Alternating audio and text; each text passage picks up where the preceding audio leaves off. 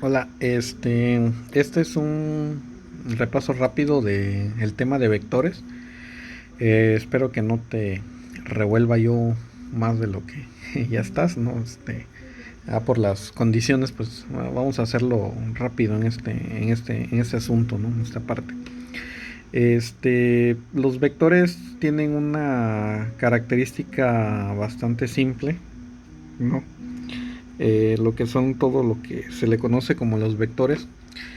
Podemos iniciar primeramente desde los conceptos de magnitudes, ¿no? Una magnitud como tal, que sería el primer concepto a iniciar.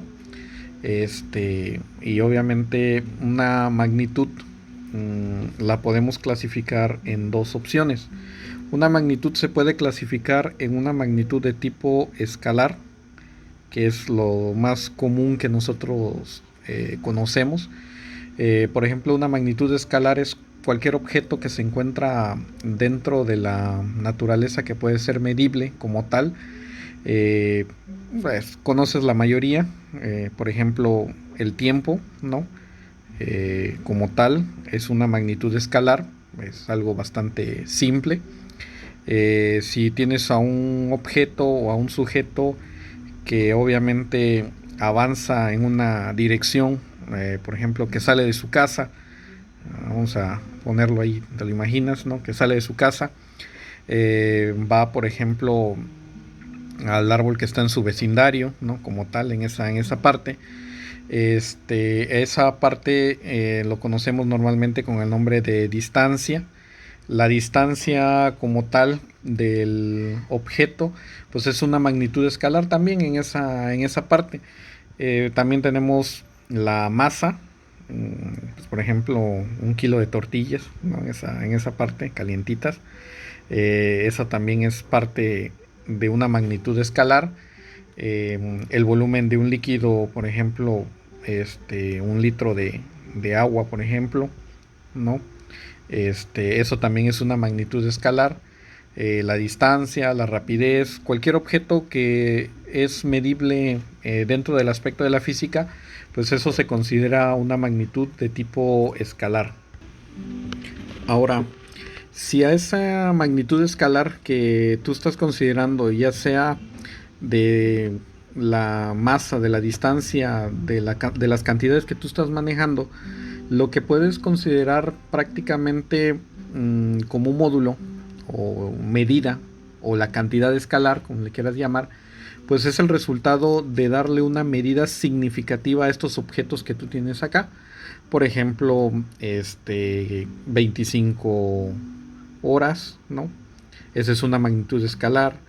70 kilogramos, esa también es una magnitud escalar. 18 litros, esa también es una magnitud escalar. 200 metros, ¿no? Que también es una magnitud escalar. La velocidad, bueno, la rapidez, perdón, con la que va un automóvil, que sería de 120 kilómetros por hora, ¿no? Y aquí le estás asignando una cantidad a esa medida que tú estás generando, y por lo tanto a eso se le puede llamar o se le puede conocer, perdón, con el nombre de cantidad escalar. No, en esa parte, eso ya sería una cantidad en ese sentido. La cantidad escalar pues no es más que la magnitud escalar, que vas a representarlo a través de un número, ¿no? Cualquier número que te sirva como medida de lo que está acompañando a la unidad con la cual estás realizando la medición en la que estás, ¿no? Teniendo como referencia esos valores, entonces lo que podemos decir para que podamos comprender más mejor los conceptos, obviamente, cuál sería la diferencia que existe entre una magnitud escalar y una magnitud vectorial. Entonces, para hacer la diferencia, pues es bastante simple. Un vector, a diferencia de la magnitud escalar, se puede representar directamente con un segmento de línea que tiene tres aspectos principales, que es lo que lo diferencia de un escalar. Es que tiene primeramente un sentido, tiene la magnitud, que es lo que tenemos de prácticamente todo, y tiene una dirección.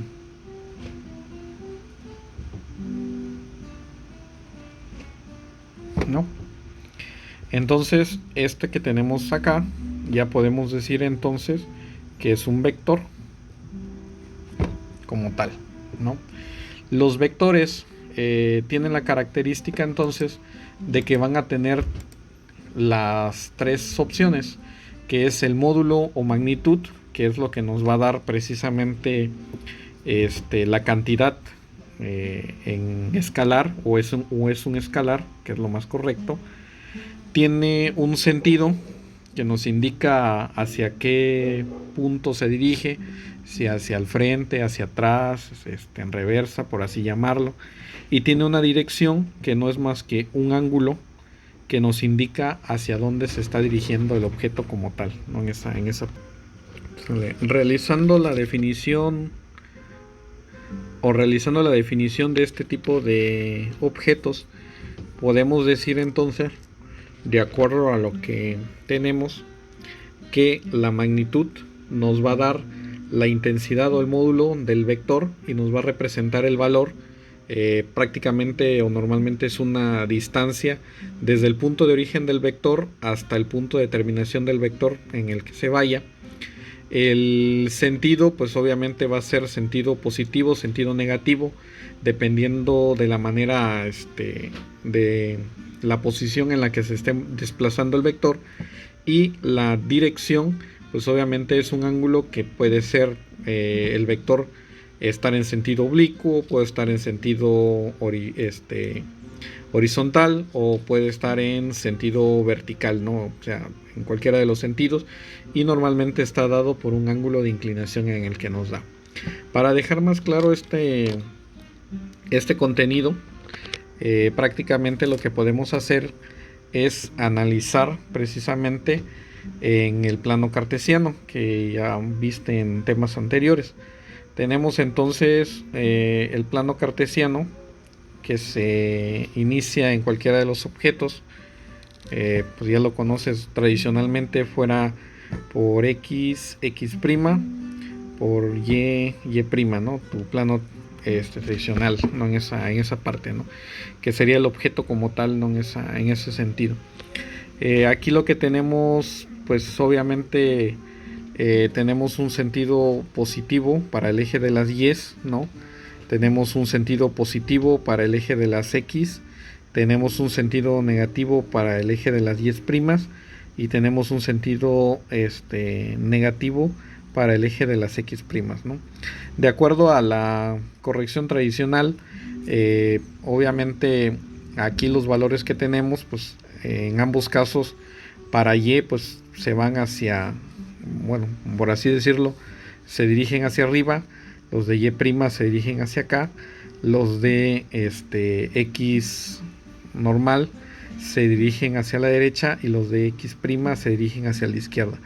Por eso podemos decir que en el sentido podemos tomar valores positivos para los ejes de las x, valores positivos si van, o sentidos positivos que vayan hacia arriba, sentidos negativos cuando van hacia abajo, sentidos negativos cuando van hacia la izquierda, ¿no? Entonces eso no me indicaría el sentido del vector como tal, no en ese sentido, en esa parte. De acuerdo a esa situación que se presenta con los vectores, o que se están generando con los vectores, lo que podemos realizar o lo que podemos hacer es también establecer los escalares de un vector para poner una escala de ese vector, ¿no? En ese sentido. Entonces, un vector, para su representación gráfica, ya quedamos que se identifica precisamente con una flecha, y se puede representar también con la letra mayúscula del alfabeto en esa parte, y arriba se indica con una flecha de que eso estamos hablando de un vector cualquiera, ¿no? En esa parte. El vector como tal, para dibujarlo, pues lo único que tienes que hacer es representar en escala el vector como tal, ¿no? Entonces, por ejemplo, si tienes un vector A que mide 100 newtons, ¿no? Que sería su magnitud en esa parte, pues lo único que tienes que hacer es escalarlo al momento de dibujarlo, no en esa parte. Entonces, por ejemplo, puedes decir que 1 centímetro de tu cuaderno va a representar pues a los 100 newtons, ¿no? En ese sentido. Entonces, cuando tú realices el dibujo, pues va a ser bastante simple. De la escala de medición que tú tienes, pues aquí en el primer centímetro, que es lo que vas a tomar, pues obviamente aquí vas a poder dibujar tu vector, ¿no? Obviamente va a depender de la magnitud, del tipo que se vaya a realizar y de las formas que se estén generando para los vectores, ¿no? En esa parte, ¿no? Ya. Entonces, la dirección, pues obviamente va a darlo prácticamente el ángulo de inclinación, y el sentido, pues puede ser sentido positivo, puede ser sentido negativo, ¿sí? O puede ser sentido positivo y puede ser sentido negativo, ¿no? En esa parte. Y la dirección del vector, pues puede ser vectores horizontales, pueden ser vectores verticales, pueden ser vectores oblicuos, y eso obviamente lo da el ángulo de inclinación que tengamos acá. En este caso sería un ángulo de inclinación de 0. Acá podemos decir que tenemos un ángulo de inclinación de 90 grados, ¿no? Por eso está perpendicular. Acá podemos decir que tenemos un ángulo de inclinación de 45 grados. Y entonces, si este es el vector A, ¿no? Yo puedo decir que su dirección es de 0 grados. Si este es el vector B, yo puedo decir que su dirección es de 90 grados. Y si este es el vector C, puedo decir entonces que su dirección es de 45 grados, ¿no? en esa parte, para la clasificación de los vectores. Una de las características principales de los vectores es utilizar la rosa de los vientos. Con la rosa de los vientos lo que se trata de identificar es la dirección del vector, para no especificarlo en grados sexagesimales, sino que se ubica directamente de acuerdo a la rosa de los vientos. Tendríamos en el eje de las 10 sería el norte, en el eje de las 10' sería el sur, en el eje de las X sería el este y en el eje de las X' sería el oeste. Para representar los vectores de acuerdo a la rosa de los vientos, hay que tomar en características principalmente de los valores que se están pidiendo. Por ejemplo, si nos piden que representemos 45 grados al norte del este, lo único que tenemos que hacer, pues obviamente, es medir desde el origen del norte, que sería la parte superior, medirlo del ángulo de 45 grados en dirección hacia el este. Caso contrario, si nos especifican el cambio diferente, que nos pidan 45 grados al este del norte, pues obviamente vamos a arrancar de la parte este con dirección hacia el norte, y que sería muy diferente a los 45 grados del norte del este.